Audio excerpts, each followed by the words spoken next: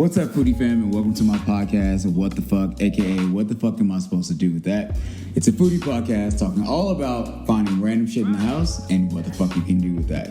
Today, we have a very special guest. This is my bae, and he is here to talk about food with me, specifically because he complained about not being on the show.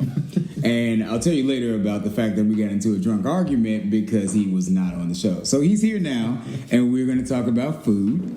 And today's episode is called, I forgot what I said it was going to be called, but it is Food Cooking Times. We're going to be talking about how to cook food, when, and what that looks like in terms of time management. There's a lot of different reasons why cooking 2 times makes sense. It's a lot of different reasons why you should make sure you have a timer of some sorts or whatever, and we'll talk about that. We'll deep dive into it. But like I said, Bae's here today, and we're gonna let him say a few words. Hey, Bae. Hello. I'm glad to be here. Finally. He's so after goofy. all of it. He's so goofy. This is the first podcast he's ever been on. First podcast. Look at him. He's smart. You can't see him, but he's smiling like hard as fuck. Yeah. You know I'm weird and awkward like that. But no, glad to be invited and participating in this podcast and talking a little bit. Although I'm not allowed in the kitchen much, I do. I grew up down south, southern cooking. He doesn't cook. There's a couple things that I want to point out, just so we're clear. No, one, I cook. Bae is not the only one here. We have 2 dogs that are tapping around, so if you hear something in the background, that is our fucking children. The second one is he does not cook. He heats up things, which is why this is a very great episode for him to be a part of, which is cooking times, because he's really good at heating things. Let's clarify. I do not cook now because my husband is a chef. I did cook before we lived together and when I had to feed myself, but because you cook most days 3 meals a day, I don't have to cook, so I don't cook. So I'm gonna take a pause there because I want to ask a question. So then before me, did you cook for other people? I cook for myself. No. Did you cook for other people? Yes, was the question. Yes. Who? Like I was the cook of my in friend a relationship. Group. Of my friend group, I was because you know what I'm asking about. In the relationship, I was the cook as well. Did you cook for Big Dick Taboris? Taboris, I hope you listening. Actually, yes, I did. And so you cooked the majority of the meals every day. Yes. Okay, I can't see that. So what did y'all eat? Hot dogs? No, I'm from the South, so although I don't eat a lot of things because your listeners may not know I'm a vegetarian, but although I don't eat a lot of things, I learned how to cook from my dad, and I learned how to cook from my dad. I believe your dad bake can from cook. my mom, and so I know how to cook, and I would cook meals just like you do today. Like you cook a meal, a meal with meat. That has that kind of sustenance, and then I would cook a vegetarian version for myself. I never tasted it, but I cooked it often. So you're right. I think that is the unique part about why you had to cook, because you are a vegetarian now. But I think that's the only reason why you cook. Otherwise, I don't think you would cook. I do believe your dad can cook, but I think this is more of a grilling situation. No, my dad is. Now my brother is more of a griller. Brian can cook. Brian, I hope you're listening. Brian can cook. Brian's more of a griller. He's a griller. My dad can cook, though. No, I don't think Brian can cook. Yeah. And I think Shay is... No, Shay cannot cook. No, Shay's very much, I bought a pie from the store. Well, and you have to think about, too, though, I grew up, we both did, but for me more so when she was more lively and got around a lot more, we grew up next door to my grandmother. Mm-hmm. And so I spent a lot of time obviously watching my dad and my mom cook. My dad would cook during the week. Actually back and forth. But I would go next door and I just sit and watch my grandmother cook too. And so a lot of my cooking, obviously is just from learning and watching what they do. And I replicate that. When I do cook, I replicate a lot of those things. Recipes. Even now, when I the cakes and stuff that I've baked, it's call my mom, hey, can you send me this recipe? Because that's just how I learned how to do stuff.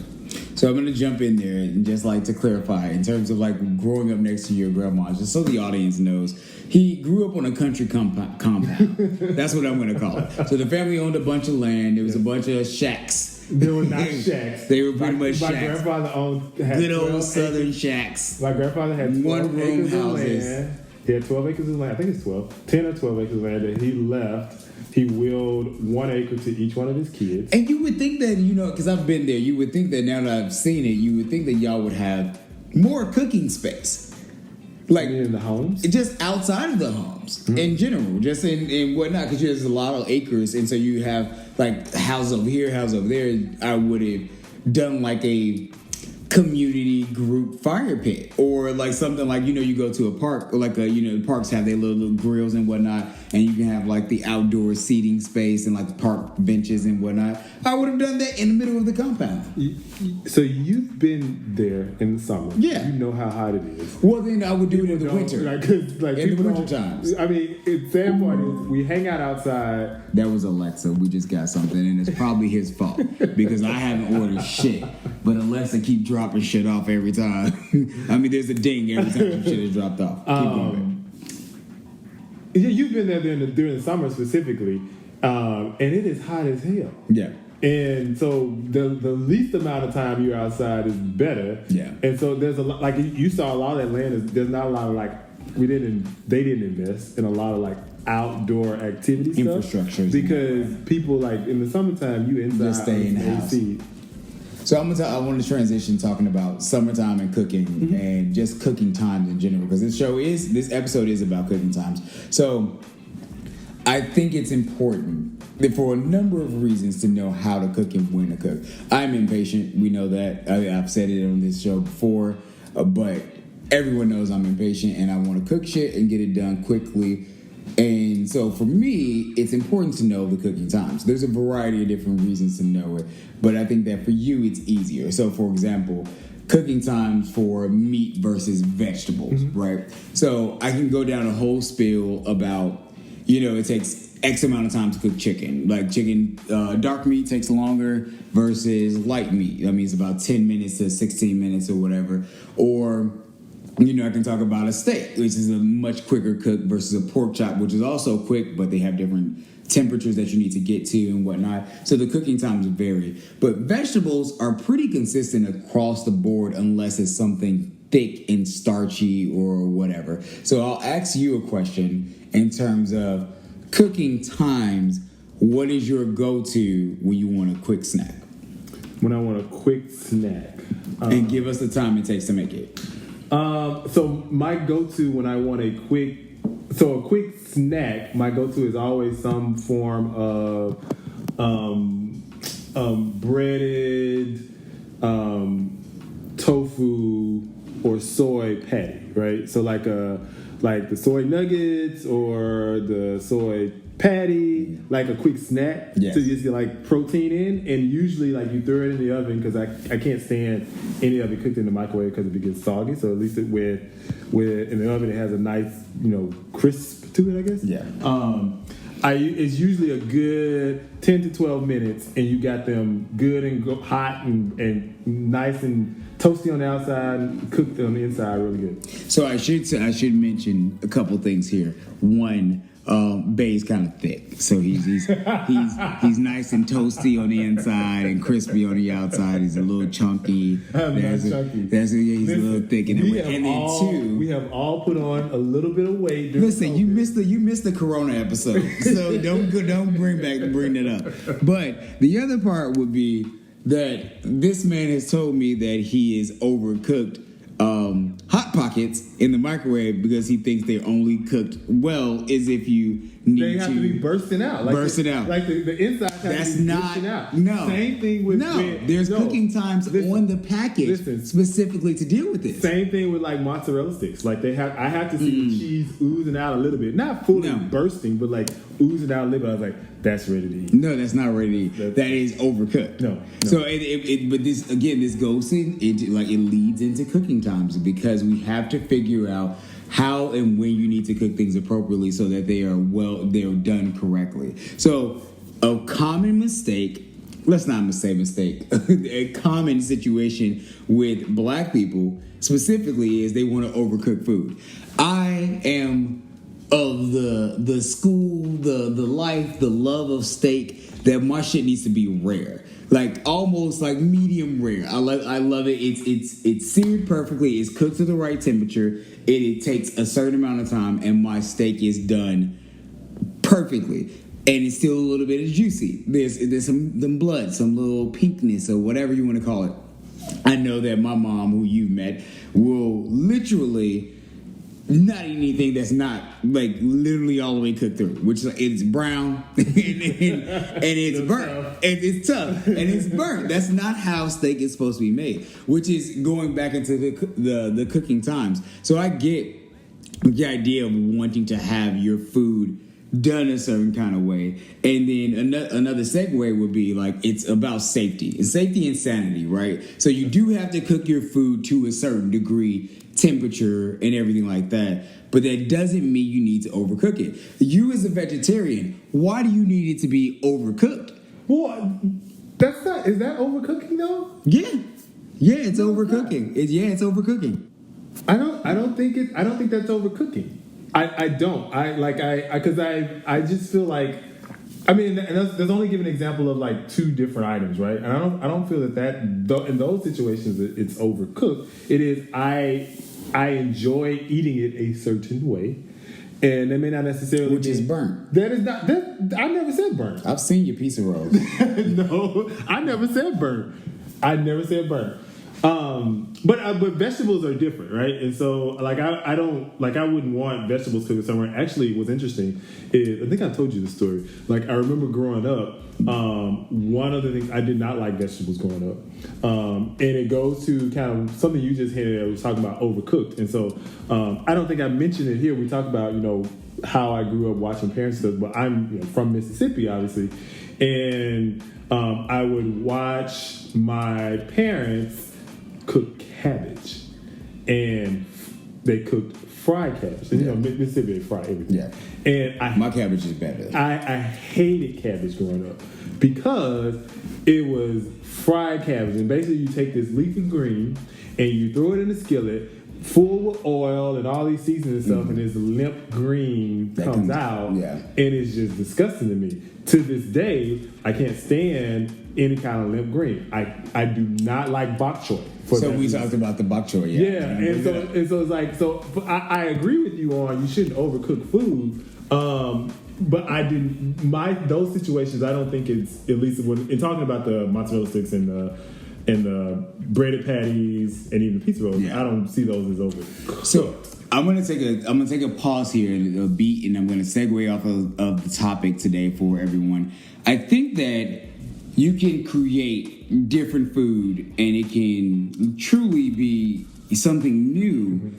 And I mean, the same thing you've had, and it can truly be something new when you start to cook it in a different kind of way. So I'll relate it to cooking times and saying, like, the way that you cook broccoli, like steamed broccoli or bok choy, or whether it's a radicchio or cabbage or something that's a green, or radicchio is not green, but you have something like that. The way that you do it and the time that you cook it gives it all the flavor and changes the whole narrative of the whole conversation about the food. So, for example, with I'm saying broccoli, just for everyone on like who's listening, just for broccoli in general. Steaming it, you blend it, you know what broccoli tastes like. We all know, we've all had broccoli at some point in time, and like how it's steamed a little bit too much, and it really doesn't taste like much, but it also, you feel good because you're eating some green shit. But if you roast it for 10 minutes, it's a whole different flavor. You have a charred grill kind of flavor, which brings something else to the green effect. And so I've yet to do this with you, but I did tell you that we're going to do a Bok Choy challenge where I'm going to try something new and see if you like it. Mm-hmm. It's the same thing with any other greens. The only green I would say is I hate is kale. I put it in all my green juices. I've talked about green juices before, but I put it in all my green juices. The issue with kale is it's tough. You gotta tenderize it. You gotta like fucking put lemon on it and all type of shit. But if you actually just put it in the blender and just juice it down, you don't have to care about it. You don't have to think about it. But I think about all of that to say, going back to the cooking time part of it, literally using a timer to help you figure out what time you should cook certain things can make the world of a difference. It can change everything. I personally think that if you use a timer for like maybe 10 minutes, whether it's you cooking pastas or rice is the biggest one. That rice for me was a long journey, long before I met you actually, it took me a while to cook rice. Denise, one of my good friends, Denise, she'll probably be on here at some point because I'll talk about like Caribbean food and Colombian food, which is where she's from. But she used to make fun of my rice when we first met because it took me a while to get the proportions right to make it like all the rice the water was absorbed, so it was like kind of chunky and kind of like you. But it was, you gotta stop calling me chunky. Well, you know, kind of thick. I like it. But so anyway, timers are they're amazing, specifically because I like to be productive, and this is the segue into me, which is basically talking about I will set a timer on this microwave while some shit is in the oven so I can go watch TV or make me another drink. Or cut your hair, or take a shower. You do the most random shit while you're cooking. Listen, I do the most random shit because I want to be productive. With that said, give me one random thing, the most random thing you've ever seen me do while I'm cooking. The most random thing I've ever seen you do while you're cooking. I don't think that is kind of random. I think cutting your hair is one of the most random things I've ever seen you do while you're cooking. That's probably true. You literally will be back and forth between the bathroom where you're cutting your hair and the kitchen, like doing up things and cutting your hair. That's probably one of the most random things I've seen.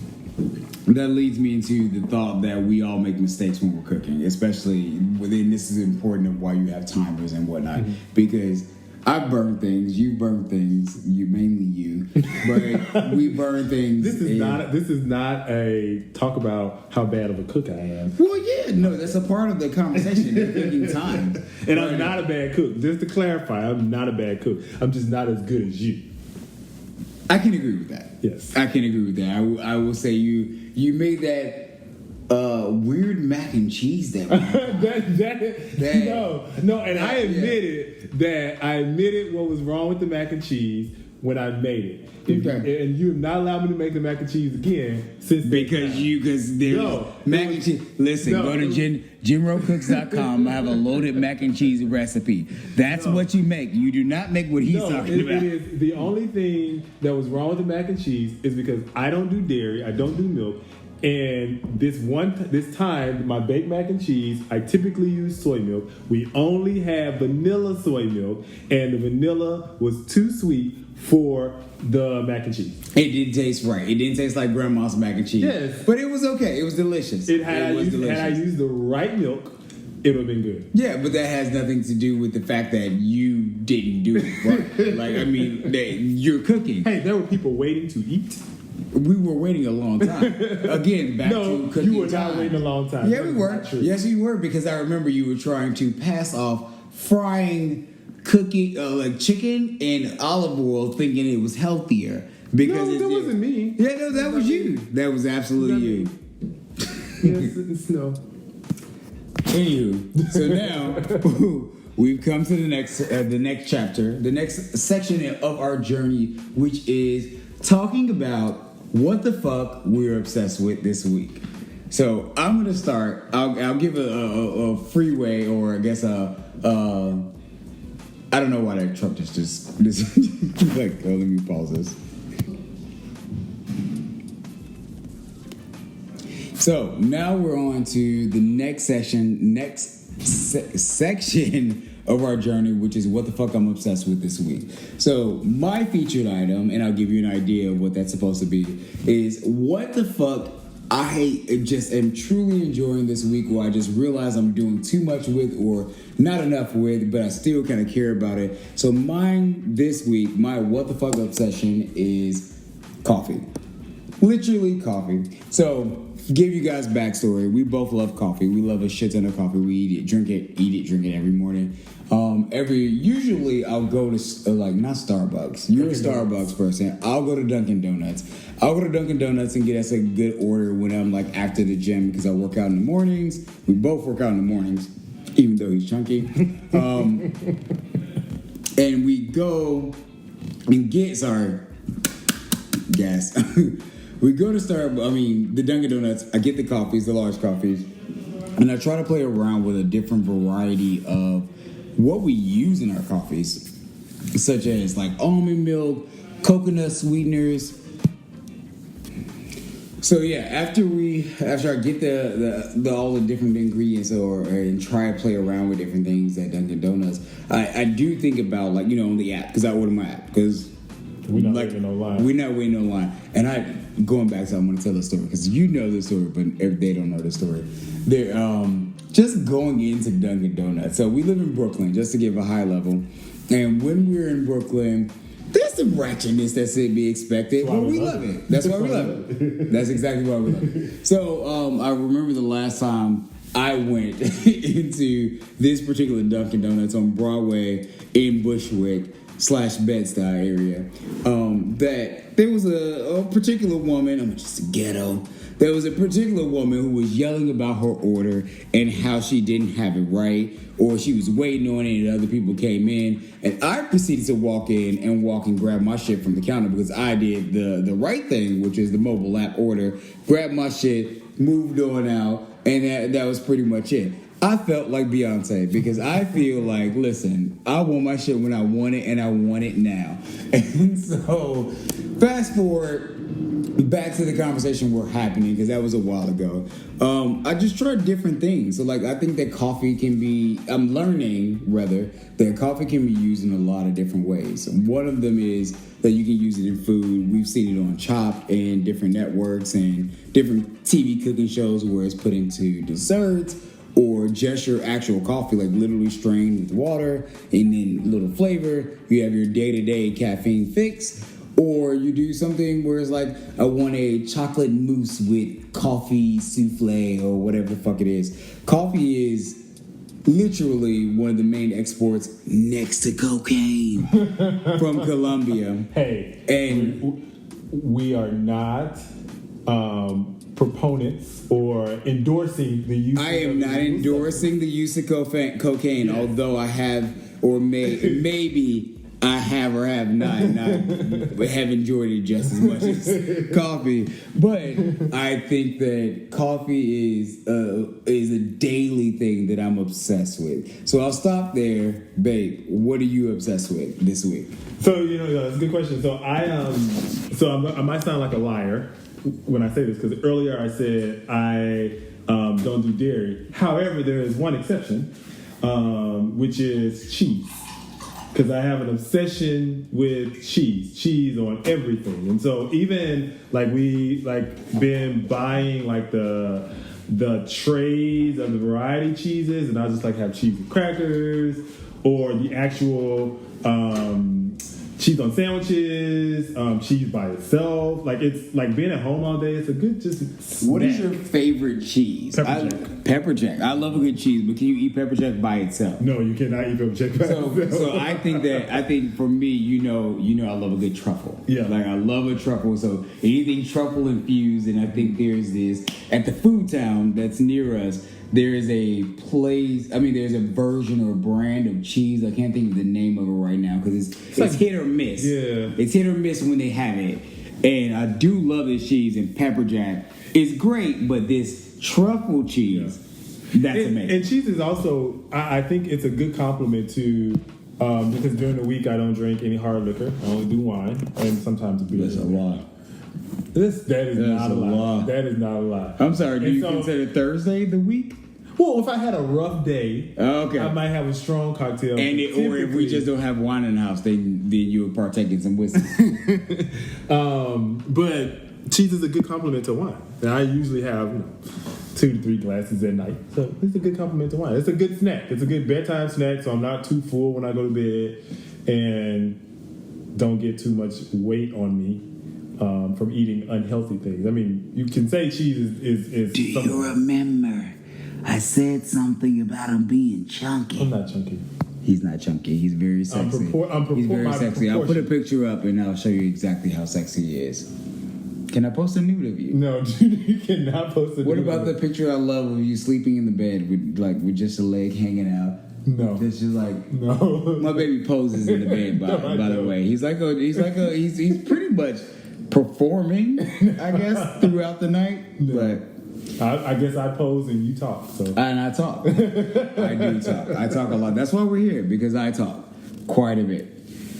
Moving on, we're going to now almost wrap it up. We're almost at the end. We're definitely at time, and we're going to talk about our what the fuck featured item of the day. So this is a very unique situation. If you haven't heard any other episode before, this is the situation where I find some random what the fuck ass item in some place in our kitchen, and I will figure out what to do with it. So I'm going to open the fridge today, and then I'm going to say we have 5 shelves. We have 5 shelves, and then I'm going to say, babe, you have to pick a number between 1 and 5. 3. So I'm going to blindly reach my hand into the 3rd shelf, which is generally our meat shelf, and then you count to 10. 1, 2, 3, 4, 5, 6, 7, 8, 9, 10. All right.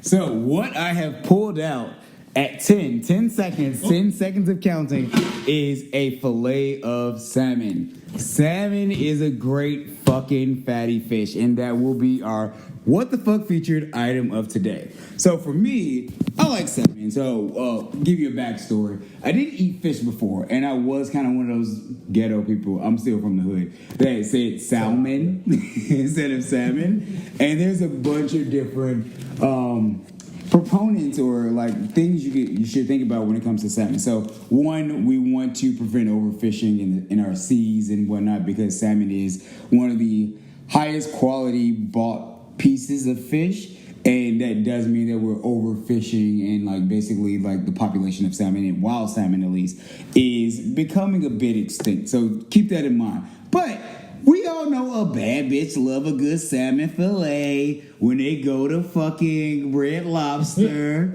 and her Cheddar Bay biscuits. And yes, I'm pulling my hand and rolling my neck. But a salmon fillet is actually delicious to me. Like you can get a lot of great protein from it. It's tasty. It's literally packed with a lot of flavor, and then depending on where you get it from, so whether it's a wild caught like sea bass, not sea bass, but for Alaskan salmon, which we lived in Seattle, so we know the difference versus West Coast versus East Coast. I think that is a great idea if you want to try fish, specifically because it is a hearty fish that does have a strong taste, a lot of flavor, but it's not too fishy to the point where you get to a calamari. Now, if you do want to actually go into a space where you are, or I'm sorry, not go into a space, but if you are not a fan of fish in that way, there's red snapper, there's halibut. Those are a little bit more meatier. They don't taste much like fish.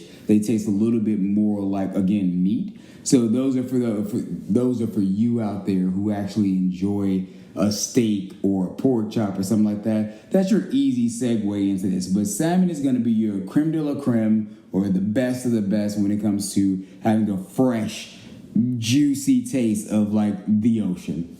That's a big part. Now, segueing from the what the fuck featured item, aka salmon, I'm going to talk about little things you can do with it. So sometimes you have to debone it. Like, if you have never had a salmon croquette, like, I mean, you have to debone it sometimes. And I think there's a lot of ways you can deal with. I'll just start over, edit, figure it out from here. So salmon. So there's a lot of different things you can do with salmon. So salmon croquettes is my first introduction to that. And babe, you chime in. Let me know, like, what was your first introduction? Burping.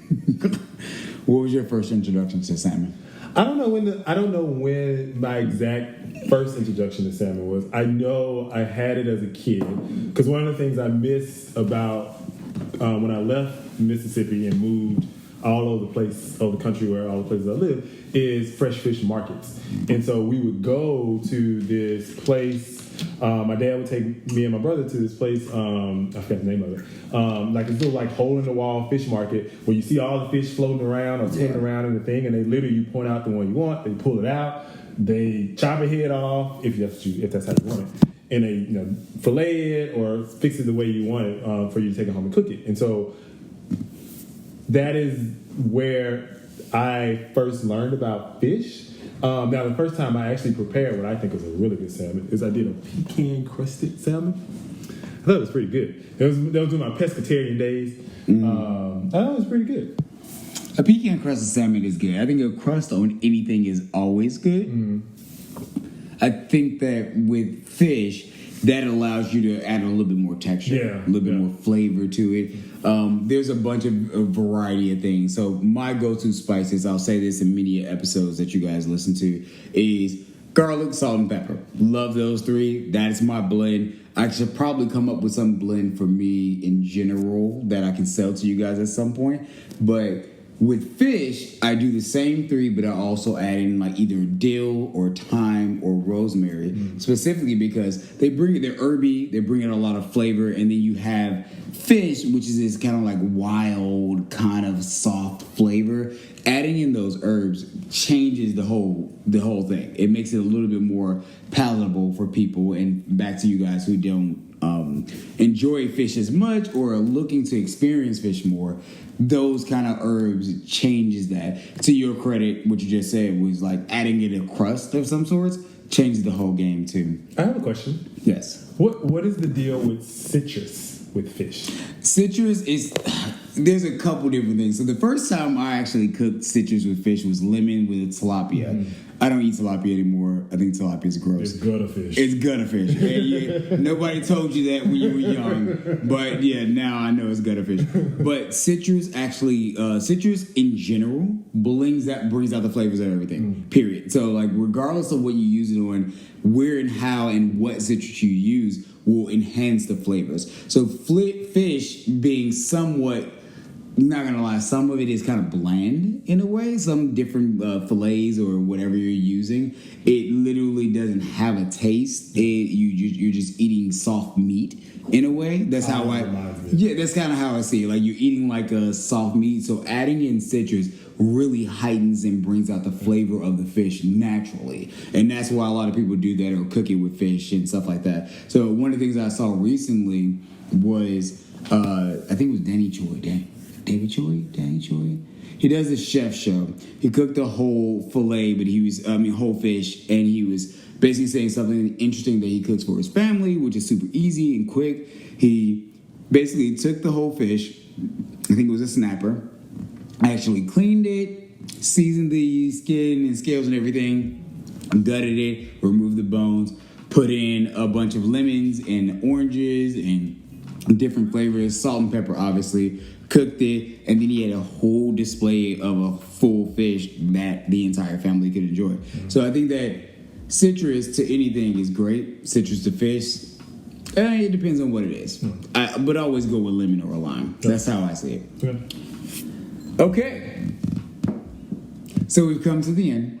This is the end of the episode. Episode fucking, I don't know what number this is, 5. And food cooking times. Thank you, babe, for actually joining. Thanks for having me. I enjoyed it. It's fun. So from now on, we're going to start talking about recipes you can find anywhere, but primarily on GinRoeCooks.com. So for more content, for more creations, go check out GinRoeCooks.com, which is GinRoeCooks.com. I misspelled that in the last episode. And I have a bunch of deliciousness up there, a bunch of fucking sexy ass food porn for you to look at, and then just like recipes that you can actually emulate at home. If you have a question, comments, concern, email me at GinRoeCooks@gmail.com. And otherwise, I'll see you later.